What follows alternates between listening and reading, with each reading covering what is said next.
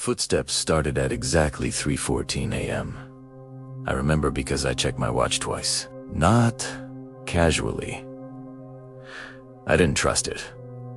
Like time itself might be bend wrong. 3:14 a.m. That's the kind of time where nothing good ever happens. I was working the overnight shift at Callaway Financial Building. 12 floors, all glass and steel on the outside. But inside, it felt hollow. I'd been there 8 months. 8 months of silence. 8 months of routine. Nothing ever happened. That's why the sound stood out. I was on the 6th floor, halfway through my usual rounds. Everything was normal. Normal. Then I froze. It came from above me. At first, I didn't move. Didn't breathe. Just listened. Silence. Then step. Slow. Heavy. Like someone placing their weight carefully, deliberately. I looked up at the ceiling, which makes no sense. It's concrete.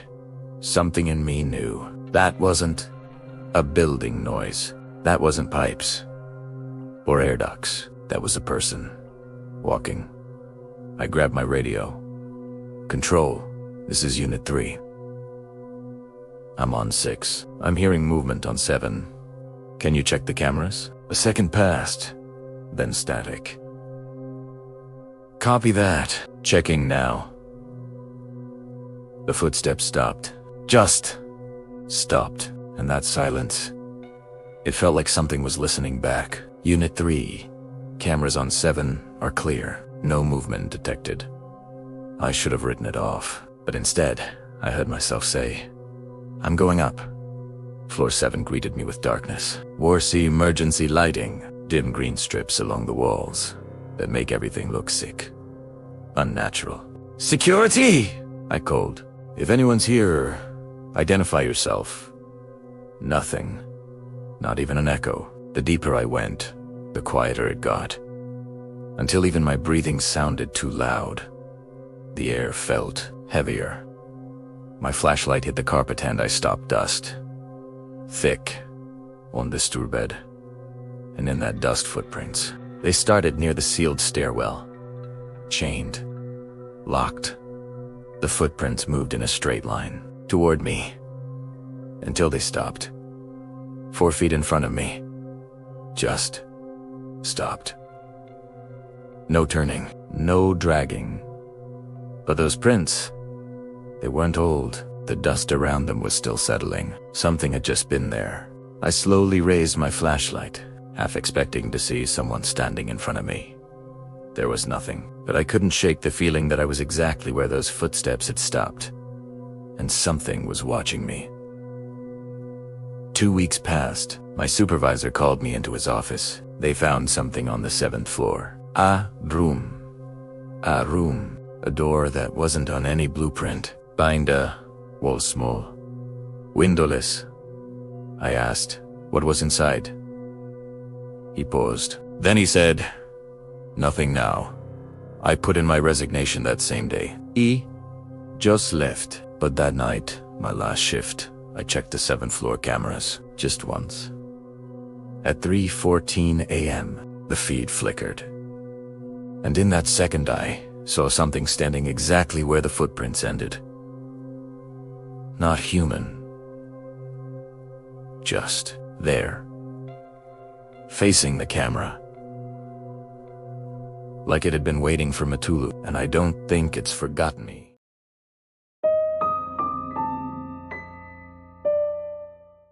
I almost missed her. That's the part that still gets me. If I had been looking down at my clipboard instead of up, I would have walked right past her. And maybe that would be been better. I'm a nurse ICU nights. 12-hour shifts, 7 p.m. to 7 a.m. 3 or 4 nights a week. I've worked that unit for 6 years, long enough to know the rhythms. Long enough to know when something is off. Night shifts, change of place. People think hospitals are scary because of emergencies, but that's not it. It's the quiet, the stillness between alarms. The way the lights hum louder at night, the way the building feels heavier around 4 a.m. That night was my 4th shift in a row. Everything felt slow, thick, like I was moving underwater. It was 4:18 a.m. I remember because I logged it. I pushed through the pod doors and stepped into corridor B, and I looked up. She was there, at the far end of the hallway. Just standing, facing me. She was an older woman. Small frame, white hair, slightly unkempt. She wasn't wearing a hospital gown, just a plain dark dress. And her feet bare. Directly on the cold linoleum floor. That part registered. Because nobody walks around, I see you barefoot. I started walking toward her. "Ma'am," I called out gently. "Can I help you?" "Visiting hours aren't until..." She turned. Not startled. Not rushed. Just calmly. And then she walked around the corner at the end of the hallway. I picked up my pace. "Ma'am, I need you to stop. This is a restricted area." I turned the corner, and she was gone. That end of corridor B is a dead end. Supply closet on the left, medication room on the right, and a solid wall straight ahead. I checked the supply closet. Empty. No place for someone to hide. I checked the medication room logs. Nobody had accessed it. I stood there longer than I should have, long enough for the silence to feel wrong. Then I went back to the nursing station. Diane looked up at me. She'd been there 15 years. She notices everything. "You okay?" she asked. I hesitated. Then I said, "Did you see anyone in the hall just now? Older woman, barefoot." Diane slowly set down her pen. "We're in the hall?" she asked. End of corridor B silence. Heavy silence. Diane opened her bottom desk drawer. She took out a small framed photos, looked at it for a moment. She slid it across the desk.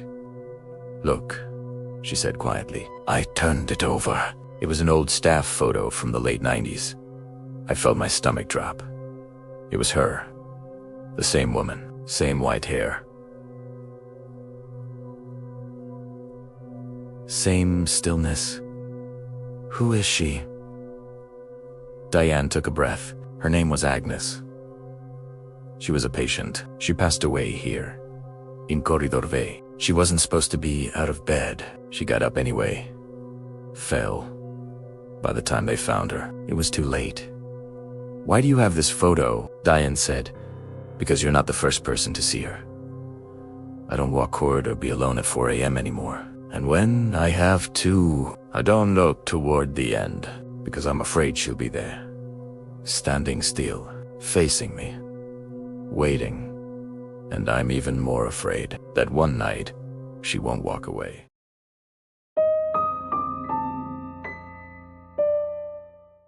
The system flagged it at 2:47 a.m. I almost ignored it. I've been working the front desk at the Hargrove Inn for about 2 years at that point.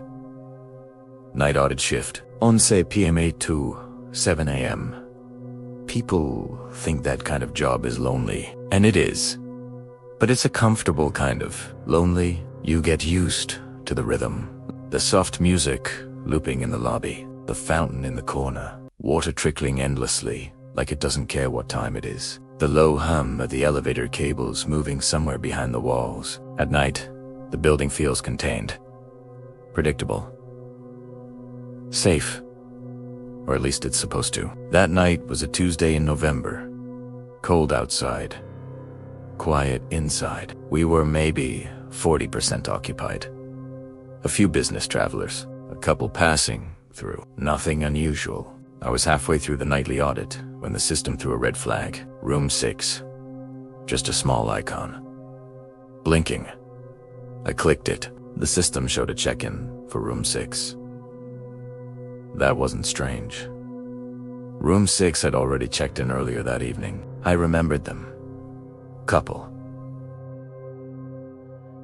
Late 30s, maybe early 40s.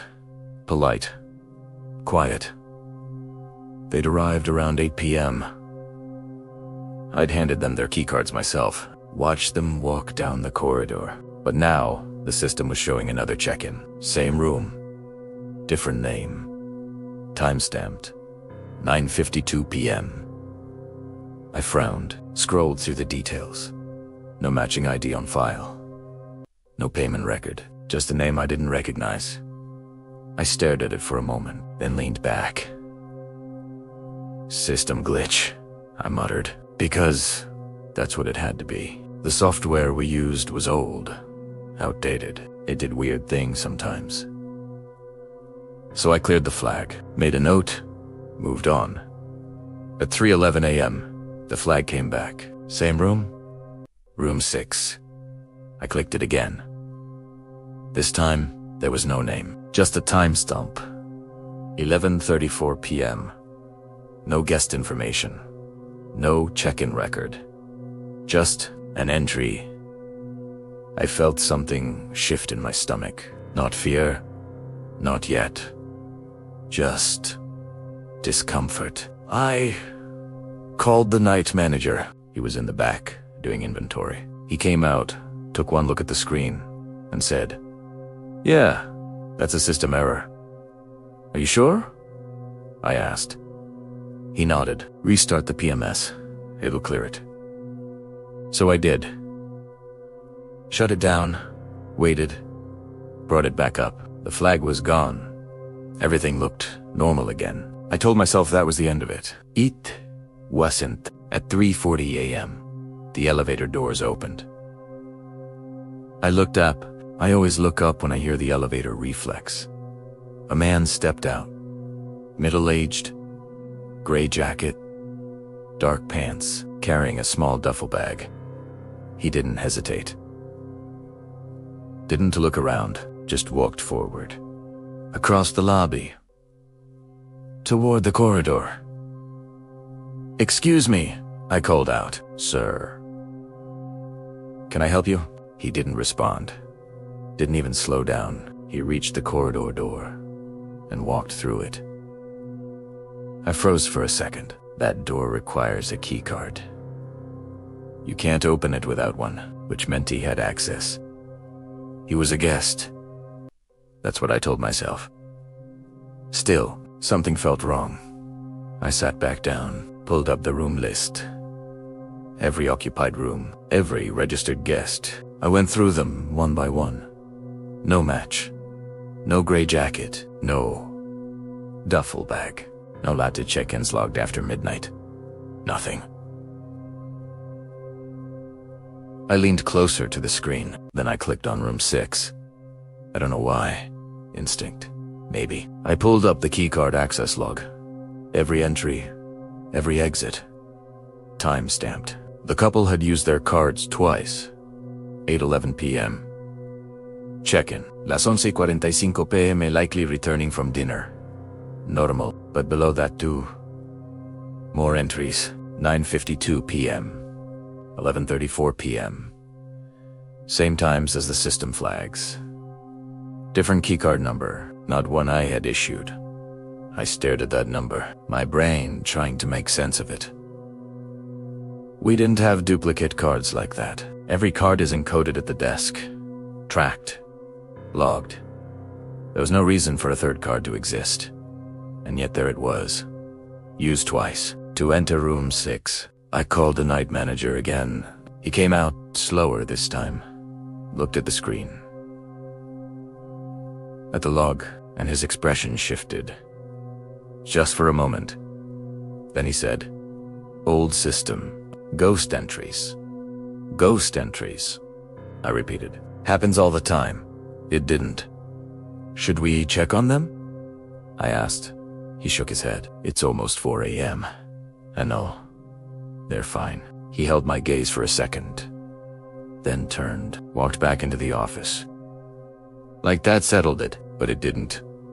I sat there, watching the corridor door, waiting for someone to come back out. No one did. The rest of the night stretched. Slow, uneasy. Every sound felt louder. Every flicker of light caught my attention. I checked the system again at 5 a.m.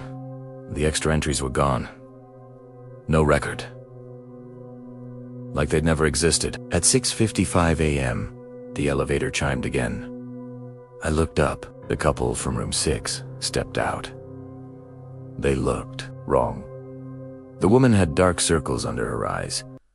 Her husband looked pale, like he hadn't slept at all. They walked to the desk. "We'd like to check out early," the man said. "Of course," I replied. I processed it, hands steady, even though something inside me wasn't. I almost didn't ask, but I did. "How was your stay?" The woman glanced at her husband, then said, "We didn't sleep well." "I'm sorry to hear that." "Was there a noise issue?" She hesitated, then said, "Someone kept coming into our room." My fingers froze on the keyboard. "I'm sorry," I said. "The door," she said. It kept opening. Just a little, like someone unlocked it, pushed it open slightly. My heart started beating faster. "The first time we thought it was a draft," she continued. "But then it happened again, and again." "What time?" I asked quietly. "I don't know exactly," she said, "but once around midnight. And again later, 11:34 p.m. I swallowed. "Did you see anyone?" She shook her head. "No," then added, "But the second time, I was facing the door, and I saw a shadow under it, like someone standing there." Silence, and then it moved away. I didn't tell them about the logs, about the third key. I don't know why. Maybe because saying it out loud would make it real. I issued a full refund, apologized, watched them leave. The lobby doors closed behind them. And just like that, it was morning. Normal again? But not really. I looked at the corridor door, then at the keycard drawer.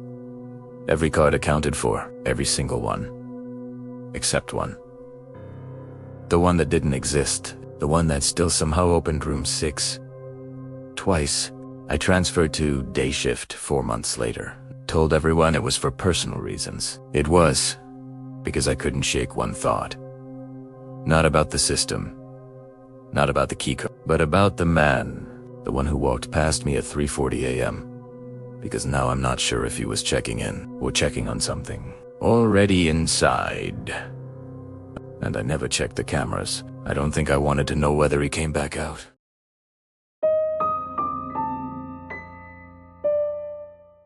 I should have stopped reading at the first one. That's the part I keep coming back to, because everything after that was a choice. I work remote at support. Overnight shift, DSPM to 7 a.m. I handled tickets for a network of office buildings. Nothing exciting. Printers not working. VPN connections dropping. Access cards failing at doors. It's routine. Predictable. Safe. I work from home. Just me. 2 monitors. A headset and the queue. Most nights are quiet. By midnight, it slows down. By 2 a.m., it's almost dead. By 4 a.m., it's just you and the glow of the screen. That night was a Wednesday in February. Cold. Silent. The queue had been slow since midnight. I had a video playing on my second monitor, half paying attention. Half waiting for something to come in. Then a ticket appeared. 1:14 a.m. Building 4. Heron Corporate Campus. Category: Internal messaging. Malfunction. I clicked it open. Description: It's sending on its own. I exhaled.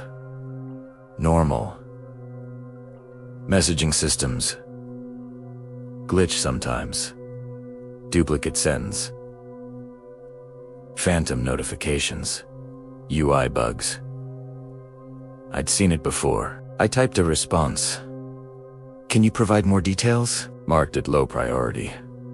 Moved on. At 1:47 a.m., another ticket came in. Shame building and shame. Category: Description: Messaging is going to an employee who left the company. That made me pause. Still explainable. Directory sync issues happen. Old contacts linger. Routing errors. I replied, please provide the employee ID and recipient name. I expected a delay. It was almost 2 a.m.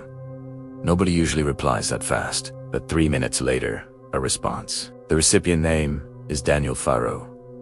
He left the company in October. He passed away in October. I stared at the screen. Something about the wording felt deliberate. Not just left. Passed away. I adjusted in my chair. Typed slowly. Can you tell me what the messages are saying? The reply came almost instantly. They're saying his name. That was it. They're saying his name, Primera Lea. Ned Bike. Okay, I muttered. Prank. It had to be. People get bored. Especially in offices. Especially at night. But still, I checked the system. Pulled up Building 4's messaging logs. Last 24 hours. The messages were there. Real entries. Sent from the internal broadcast channel. Not a user. Not a device. The system itself. Timestamps. 11:50 p.m. 12:52 a.m. 1:53 a.m. Almost exactly an hour apart. Each message sent to the same contact. Daniel Faro. Primera. Open the one. Content. Daniel. Daniel. I opened another. Same thing. Daniel. Daniel. Daniel. Over and over, like something calling out. I felt something tighten in my chest. I checked the admin logs. No access. No login. No manual activity. The system marked every message as system generated. That wasn't supposed to happen. Not like this. There's always a source, a trigger, a script. So I went looking deep into the back end. Scheduled tasks, automation scripts, legacy processes, and I found one. A script created in October, 3 days after Daniel Faro's recorded departure. No author. Creation field. Unknown. That alone was wrong. Every script has an author. Even deleted users leave traces. But this one, nothing. The trigger condition read, active after hours, if recipient offline. I frowned. Then I looked at the message field. It wasn't text. It was a variable, something like recipient _name. But the database field it referenced was empty. Null. It had been empty since the script was created, which meant, by every rule of the system, it should send nothing. Blank. Messages. No output. But it wasn't. It was sending a name. His name. I just stared at it. Because logic was starting to slip. I closed the log. Filed a report. Malformed legacy automation. Low priority. I don't know why I wrote low priority. Maybe I needed it to feel small. Containable. Something that could wait. At 3:33 a.m., the next ticket came in. No category. No description. Just a recipient field. My name, my full name. Spelled correctly, exactly as it appears in the system. I didn't move for a few seconds. Then I clicked it. The ticket body was empty. No message. Nothing attached, just that recipient field. And metadata. I opened it. Sender. Daniel Faro. I felt something drop inside me. Not fear. Not panic. Something colder. Recognition. Like I just crossed a line. I closed the ticket. Closed the queue. Turned off my second monitor. Sat there in the dark. Listening to nothing. I didn't open the system again until 7 a.m.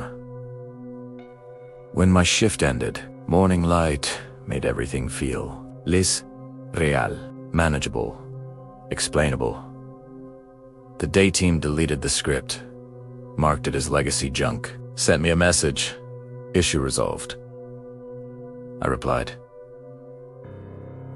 Did you find anything unusual? They said, no. I didn't tell them about the last ticket, the one with my name.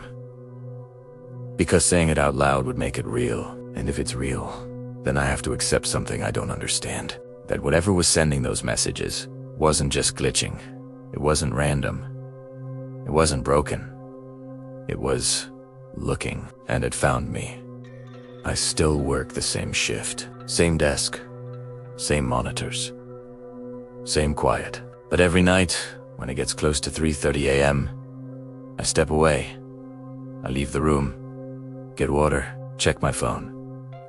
Stand anywhere but in front of that screen, because I don't want to be there when the next ticket comes in. And I don't want to know if it still remembers my name, or if next time it says something else.